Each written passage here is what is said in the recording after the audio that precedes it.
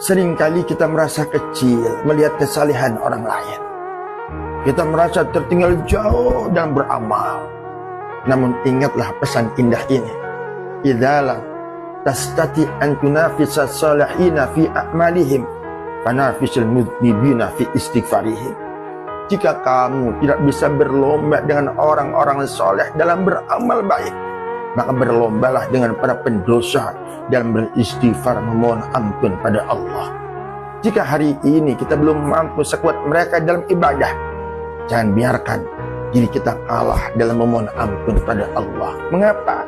Karena Allah tidak hanya mencintai mereka yang menjaga kesuciannya, tetapi Allah merindukan hambanya yang terus kembali setelah terjatuh. Kawan, jangan berhenti melangkah. Jika tidak bisa terbang dengan ketaatan, maka merayaplah menuju ampunan Allah Subhanahu wa ta'ala.